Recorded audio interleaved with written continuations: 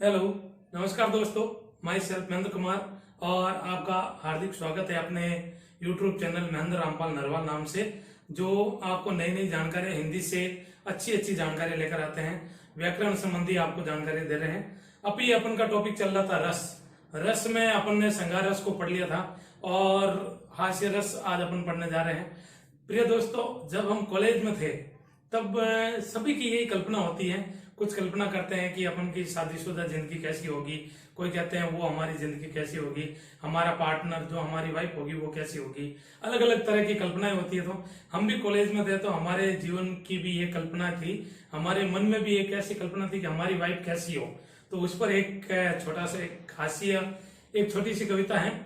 ऐसी अपनी वाइफ हो, सुनना ध्यान से मेरे प्रिय स्टूडेंट और दोस्तों, सुनना। ऐसी अपनी वाइफ हो जींस जिसकी टाइट हो। कॉलेज में थे, कल्पना कर रहे थे कि देखो अपन की भी वाइफ ऐसी होगी, ऐसी होगी, ऐसी होगी, कल्पना कर रहे थे। तो वही कल्पना, ऐसी अपनी वाइफ हो जींस जिसकी टाइट हो, चेहरा जिसका व्हाइट हो। चेहरा कैसा हो? एकदम व्हाइट हो। बालों में जिसके स्टाइल हो, होठों पर स्माइल हो। बालों में स्टाइल हो, होठों पर स्माइल हो। इंडिया की पैदाइश हो, बाहर की नहीं, अमेरिका यूरोप की नहीं, इंडिया की पैदाइश हो। सास की सेवा जिसका ख्वाहिश हो, सास की सेवा जिसकी ख्वाहिश हो। ऐसी अपनी वाइफ हो तो क्या हसीन लाइफ हो, तो क्या हसीन लाइफ हो। ऐसी कल्पना थी, लेकिन जो भी भगवान ने किया वो अच्छा ही किया। ऐसी जो मिली है वो अच्छी है। मेरे कहने का मतलब ये हास्य कविता इसलिए है कि अपन हास्य रस पढ़ने जा रहे हैं। बहुत ही मजेदार, बहुत ही हंसी मजाक वाला रस। आपको इस कविता को सुनने से पता तो चल ही गया होगा कि अपन कौन सा रस पढ़ने जा रहे हैं और इस रस की परिभाषा क्या होगी। सिंपल सी परिभाषा है, हास्य रस नाम से ही पता चलता है, जिसमें हंसी मजाक हो, जिसको देखकर, सुनकर, पढ़कर हमके मन में क्या हो, हास्य की फुहार छूटे, हंसी की फुहार छूट जाए या विनोद का भाव प्रकट होने लग जाए। मन में हंसी मजाक या विनोद का भाव प्रकट हो जाए तो वहां हास्य रस होता है।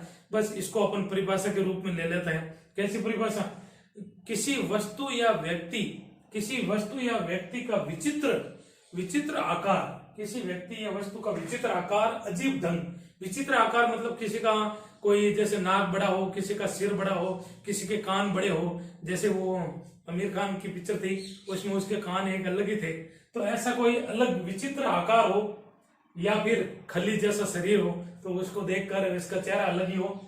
अजीब ढंग की वेशभूषा, उसकी ड्रेस अलग पहनी हो। कोई जोकर हो सर्कस में जोकर को देखकर वो उल्टे ड्रेस पहना रहता है, उल्टे वो जेब बाहर निकली रहती है, टोपी, और ऐसा चेहरा बना रहता है कि उसको देखकर ही हंसी आ जाए।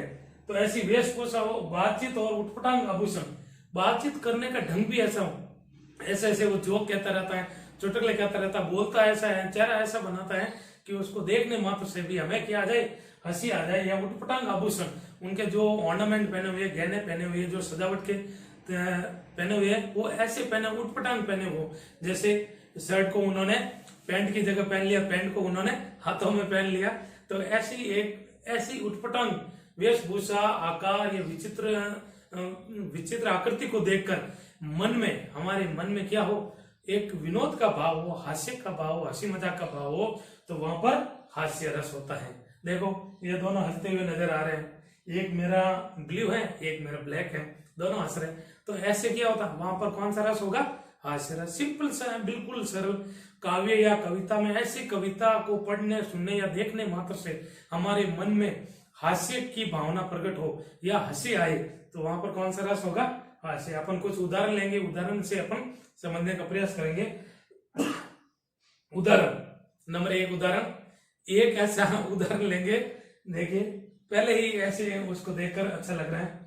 तंबूरा ले मंच पर बैठे प्रेम प्रताप, तंबूरा ले मंच पर बैठे प्रेम प्रताप। तंबूरा लेकर कोई प्रेम प्रताप रूपी नाम का एक बैठा है, वो बैठा है। तंबूरा ले मंच पर बैठे प्रेम प्रताप, साध चले 15 मिनट, घंटा भर आलाप। साध चले 15 मिनट और घंटा भर आलाप। 15 मिनट तो साध उन्होंने कुछ गाया और 1 घंटा भर आ करते रहते हैं। तो 1 घंटा आलाप कर रहे हैं, मतलब गा तो कुछ नहीं रहे। मोटा सा तंदूरा ले लिया और आराम से एक कोई बिछा लिया और बैठ गए। 15 मिनट सिर्फ वो कोई गीत गा रहे हैं और 1 घंटे पर आलाप कर रहे हैं। घंटा भर आलाप राग ने मारा गोता, घंटा भर आलाप राग ने मारा गोता, धीरे धीरे खिसक चुके थे सारे श्रोता, धीरे धीरे सारे श्रोता खिसक चुके थे। मतलब ऐसे ऐसे आलाप करने वाले को कौन सुनता है, कोई नहीं सुनता। तो इस कविता को पढ़ने से अपन के मन में क्या होता है, हास्य की भावना प्रकट होती है। अब इसमें रस कौन सा है, हास्य रस है। स्थायी भाव हास हो गया, विभाव में आलंबन और उद्दीपन, आलंबन में आश्रय और विषय, आश्रय तो कौन हो गए, हम हो गए, हमारे अंदर रस प्रकट हुआ। और आश्रय विषय, सब्जेक्ट कौन हो गया, सब्जेक्ट जो तंबूरा लेकर बैठा है, जो अपन को कॉमेडी करा रहा है, हंसी मजाक करा रहा है, उसको अपन वो विषय हो गया। और इसके फिर अनुभव, अनुभव में कायिक वाचिक सात्विक आर्य, कायिक से वो शरीर से संबंधित वीणा बजा रहा है, ऐसी वो ऐसी धुन कर रहा है, तो उसको सुनकर अपन को क्या हो गया, हंसी आ रही है, तो वो कायिक हो गया। वाचिक वाणी से जो बोल रहा है, ऐसे उटपटांग या ऐसे दृश्य, ऐसे भाषा बोल रहा है जिससे अपन सुनकर हंसी मजाक आ रही हो। और सात्विक में भी काफी वो हंस हंस कर अपन को ऐसा पसीना आने लग गया, सांस फूलने लग गई ये तो, और ये हो गया। तो कायिक वाचिक सात्विक और आहार्य, उसकी वेशभूषा ड्रेस देखकर अपन को अच्छा लगने लगा, हंसी मजाक लगने लगी। तो ये हो गए ये हो गया सबसे पहले स्थायी भाव, फिर विभाव, अनुभव और संचारी भाव। तो इसमें हर्ष, उन्माद, जाड़िए, पागलपन, ये सारे उसमें इसमें स्थायी संचारी भाव में आ जाएंगे। 33 संचारी भाव जिसमें काफी हास्य रस में आ जाते हैं। तो आप समझ ही गए होंगे। एक बार वापस, तंबूरा ले मंच पर बैठे प्रेम प्रताप, साध चले 15 मिनट, घंटा भर आलाप राग ने मारा गोता, धीरे धीरे खिसक चुके थे सारे श्रोता। ये इसी तरह से ये बताया गया। अब दूसरा उदाहरण बहुत ही बढ़िया है। जब ये उस समय का है जब जो रोमियो जूलियट का जमाना था और कॉलेज में थे, कॉलेज के समय में जो प्रेम होता है, उसके प्रेम के बारे में कवियों ने अलग अलग व्याख्या की है। हालांकि हंसी मजाक के लिए ही है, आप इसको अन्यथा न ले, सिर्फ इसको हंसी मजाक और याद करने के तरीके से अपन ने ऐसे उदाहरण दिए हैं और कई बार परीक्षा में पूछ लेते हैं। तो इसका क्या है, प्रेमियों की शक्ल कुछ कुछ भूत होनी चाहिए। आजकल देखो, आजकल के बच्चे को, आजकल के विद्यार्थी को देख लो, आजकल के जो लड़कों को देख लो, अपने सर पर ऐसे लगते हैं बालों का कोई गमला ही हो, गमला रख दिया हो, ऐसे बाल खड़े रहते हैं, किसी के तिरछे हो जाते हैं, किसी के डोडे हो जाते हैं। ये पता नहीं कौन सी स्टाइल आ गई है आजकल के जमाने की।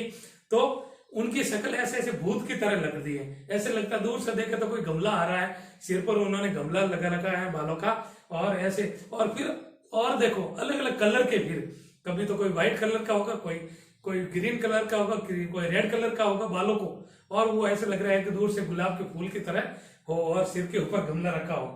तो ये आज के जमाने में फिट बैठता है। प्रेमियों की शक्ल कुछ कुछ भूत होनी चाहिए, अक्ल उनकी नाप में 6 सूत होनी चाहिए। अक्ल उनकी नाप में कितनी होनी चाहिए, सिर्फ 6 सूत ही होनी चाहिए। इश्क करने के लिए कलेजा ही काफी नहीं, इश्क करने के लिए कलेजा ही काफी नहीं, आशिकों की चांद भी मजबूत होनी चाहिए। आशिकों का चांद, चांद कहते हैं सिर, टाट, टाट कहते हैं उसको सिर, आशिकों की टाट भी मजबूत होनी चाहिए, चांद भी, मतलब जूता खाए तो भी वो सहन करने वाला चाहिए। एक किसी शायर ने कहा है, दूध में पड़े चावल को खीर कहते हैं। देखो मुझे भी हंसी आ रही है, लेकिन रुकना है, ये अपन को पढ़ना है। दूध में पड़े चावल को खीर कहते हैं, मोहब्बत में पड़े जूतों को तकदीर कहते हैं, मोहब्बत में पड़े जूतों को तकदीर कहते हैं। तो ये एक तरह से कोई नहीं, हंसी मजाक के लिए है, तो इसीलिए है कि जूते पड़े तो वो उनकी तकदीर थी। बाकी ये कवियों ने ऐसा बना दिया।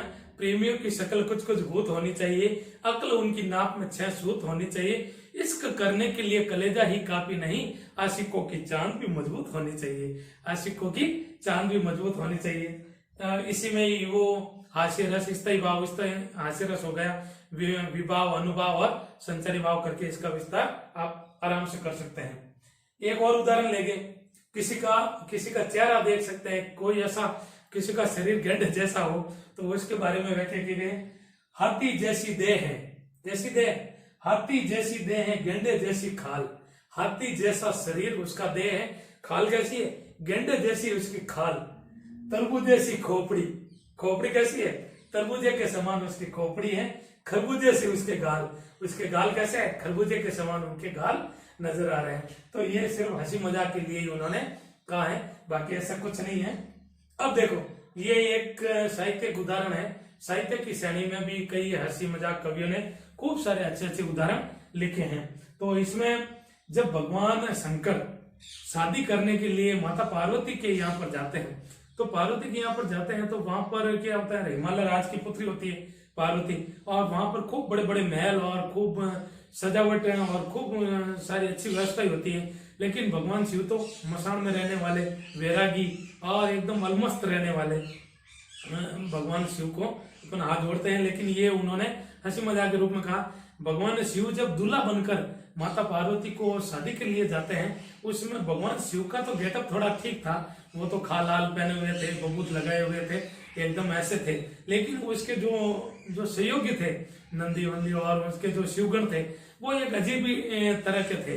तो उनमें कवि ने बताया, हंसी हंसी बांधे देखी दूल्हे दिगंबर को, हंसी हंसी बांधे हंस हंस कर लोटपोट हो गए। कौन?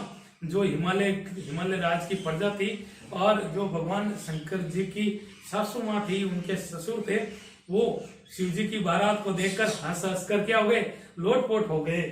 हंसी हंसी बांधे देखी दूल्हे दिगंबर को, दूल्हे दिगंबर जो दिगंबर जिसके वस्त्र ही दिशा ही जिसके वस्त्र हो, ऐसे उस दूल्हे को देखकर क्या हो गए, हंस हंस कर वो चारों तरफ से लोटपोट होने लगे। अरे यार, ऐसी बारात तो आज तक कभी नहीं देखी, ऐसी अनोखी बारात। पाहुनी जो आए हिमाचल के उत्साह में, जो पाहुने आए, जो हिमालय राज के पाहुने बनकर आए और उत्साह यानी जोश में आए। कहे पद्माकर सु कहू सो कहो कहा न जाए। कवि पद्माकर कह रहा है कि मुझसे उनका वर्णन अब नहीं हो सकता है, मैं कैसे उनका वर्णन करूं। जो ही जहां देखे सो हंसई तहां राह में, जो जहां पर देखता है वो वहीं पर राह में हंसने लग जाता है। ये प्रिय दोस्तों, ये हास्य रस के उदाहरण है। तो आप इन उदाहरणों से समझ गए होंगे हास्य रस कहां पर होता है, जहां काव्य या कविता में ऐसी बात कह दी जाए जिससे अपन को हंसी आने लग जाए, या ऐसी किसी की वेशभूषा देखकर अपन को हंसी रोक ना पाए, वहां पर हास्य रस होता है। बहुत ही अच्छा सा उदाहरण है, आप इनको याद करें, समझने का प्रयास करें। मुझे आशा है कि ये हास्य रस तो आपको 100% समझ में आ गए होंगे। थैंक यू, धन्यवाद।